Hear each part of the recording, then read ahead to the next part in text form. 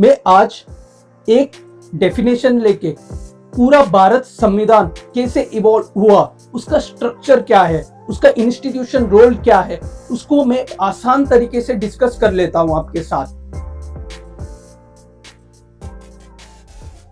मैं पहले संविधान का डेफिनेशन को एक और बार बता देता हूं। Constitution can be defined as arrangement and distribution of the power in the system. इसको मैं हिंदी में बहुत आसान तरीके से बता देता हूं। ये किसको पावर देना है, कैसे पावर देना है, कितना पावर देना है एंड कितना पावर नहीं देना। यही डेफिनेशन लेके मैं आपको संविधान को एक एक पार्ट को डिस्कस कर लेता हूं आपके साथ। हम संविधान का डेफिनेशन देख लेते हैं पहले। इस arrangement and distribution of the power. So in ancient time also there were arrangement and distribution of power. For example, in the Chanakya's Arthashastra, there were arrangements such as king, under the king there were military, finance, revenue, taxation, ये सब अलग अलग department का, ये सब हो गया arrangement. Distribution of power मतलब क्या है, इसको है ना मिलिट्री गवर्नेंस के लिए ये पावर दे देते हैं कि यार आप बंदूक चला सकते हो, और रेवेन्यू एडमिनिस्ट्रेटर के लिए ये पावर दे सकते हैं कि यार आप रेवेन्यू कलेक्ट करने के लिए पावर दे देते हैं, बंदूक चलाने के लिए क्यों देंगे।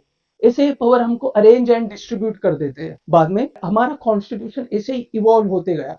But until the 1830, it was unwritten constitution. It was mainly based on religious and cultural based constitution.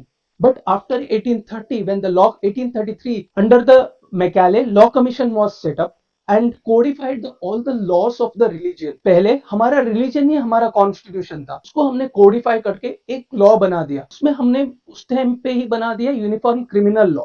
But अभी तक हमने नहीं बना पा रहे यूनिफॉर्म सिविल कोड। उसमें भी मैं एक वीडियो बना दूंगा, सो स्टे ट्यून्ड। हमारा कॉन्स्टिट्यूशन है ना during the British time legislature was constituted in the 1862 and later onwards हमारा कॉन्स्टिट्यूशन में बहुत सारा बॉडीज एंड इंस्टीट्यूशन आते गया। बाद में in the 1909, 1919 act and 1935 act played a key role in making the present day constitution. ये जानकर हैरान हो जाओगे कि यार पहली बार हमारा संविधान को, मॉडर्न टाइप ऑफ कॉन्स्टिट्यूशन को बनाने के लिए कौन सोचा था, कौन किया था मॉडर्न टाइप ऑफ कॉन्स्टिट्यूशन। 1927 में Lord Birkenhead, state secretary of India, ने एक चैलेंज दिया था कि यार इंडियन के पास एक शेयर्ड विजन नहीं है, इंडियन लोग बहुत पिछड़े हैं। It is also called as white's man burden. So Indians took it very seriously. Motilal Nehru ने एक ड्राफ्ट ऑफ कॉन्स्टिट्यूशन, उसको ऑल्सो बोलते हैं कि यार नेहरू रिपोर्ट, को बनाया था। उसमें most of the feature of modern constitution था, such as liberty, equality, fraternity and rights for women, universal adult franchise. All these features were included in. Due to the presence of colonial and imperial power, we could not realize that, but only in 1946 our constitution assembly was set up and we were seriously taken to make our constitution. So in the 1946 November हमारा constitution assembly form हुआ था। मैं इसको है ना constitution assembly का visions को मैं आपको एक और पर्सपेक्टिव से आपको समझा देता हूँ। So let's go back to our definition. As I have already told that पूरा definition से आपको समझा रहा हूँ। So let's take the definition. That कैसे पावर देना है। हमारे प्रीएम्बल बोलते हैं कि यार we the people of India, so constitution derives authority from the people of India. Even constitution कैसे पावर लेते हैं, gets power from the people, means constitution gives power to all kind of institutions and derives power from the people. Means it is indirectly और directly, it is just we are giving power to the people, those who are ruled us. Like for example, prime minister, chief minister, all the authorities gets indirectly power from the people. So किसको power देना है, किसको power देना है मतलब कौन सा institution को पावर देना है। There are various institution. For example, parliament है, जुडिशरी है, बहुत सारा इंस्टीट्यूशन। हम पावर को इस इंस्टीट्यूशन को देना है। नेक्स्ट आता है कि यार कितना पावर देना है, कितना पावर नहीं देना है। बहुत इंपॉर्टेंट है, कितना पावर नहीं देना है, ये बहुत ज्यादा इंपॉर्टेंट है। ठीक है, कितना पावर नहीं देना है मतलब क्या है, हम मतलब पॉलिटिकल अथॉरिटी को लिमिट कर रहा है। That is the main function of modern day constitution. Time राजा के पास बहुत पावर था, सिटीजन और कॉमन मैन के पास कुछ पावर नहीं था। Even during the British time, Britishers used to exercise enormous power on the citizens. Me for example, let me take a hypothetical case in which, इसका नाम ले लेते हैं हम गुड्डू, इसका नाम ले लेते हैं बबलू। ये गुड्डू के पास है 100 रुपये, बबलू के पास है 10 रुपये। ये बहुत इनइक्वल हो गया। मैं इसको इक्वल बनने के लिए क्या कर सकता हूँ, मैं बबलू के लिए 90 रुपया दे सकता हूँ। so that both become equal. ये कॉन्स्टिट्यूशन असेंबली में भी ऐसे ही एक फंक्शन कर दिया. मैं आपको समझा देता हूं. गवर्नमेंट के पास था एक्सेसिव पावर, बहुत पावरफुल इंस्टीट्यूशन था. सिटीजन के पास कुछ पावर नहीं था. इसमें क्या दिया? फंडामेंटल राइट्स को दिया.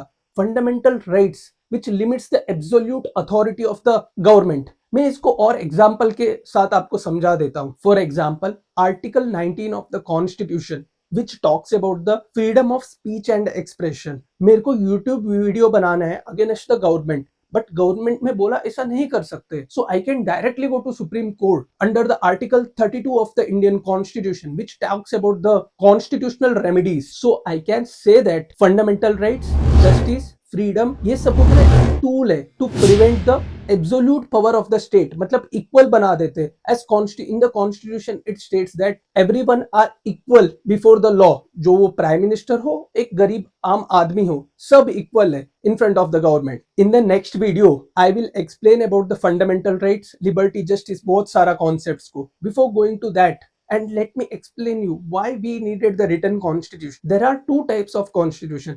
The first one is written and the second one is unwritten constitution. हमने written constitution को चूज कर दिया था. अब एक बार ये वीडियो को देखो. ये वीडियो से हम पता चल सकते हैं कि यार हमको क्यों चाहिए था हमारा एक written constitution. Our difficulty, as I said, is not about the ultimate future. Our difficulty is how to make the heterogeneous mess that we have today take a decision in common and march in a cooperative way on that road which is bound to lead us to unity. Our difficulty is not with regard to the ultimate. Our difficulty is with regard to the beginning. From the ancient and medieval time, as I already mentioned, that religion acted as a constitution.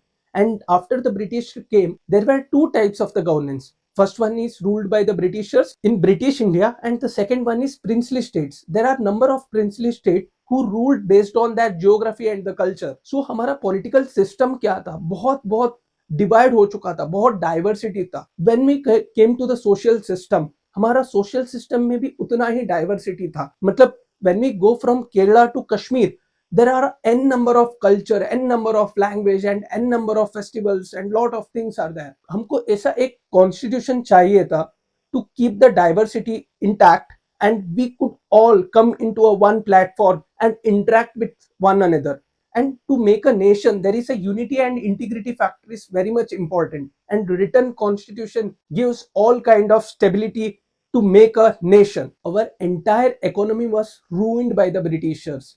मैं कुछ data बता देता हूँ. हमारा GDP था 2.7 lakh crore and it was a share in global economy roughly 3% and agriculture contributed the 50% of the GDP and 75% of the employment under that, and the industry was nearly a non-existence. I can say 9%, and literacy rate was 12% and life expectancy was 32 years. Thus I can say that constitution played a key role in making the social, political and economical development of our country. So in the next video, let us look at about all the parts of constitution one by one. I hope you liked my video.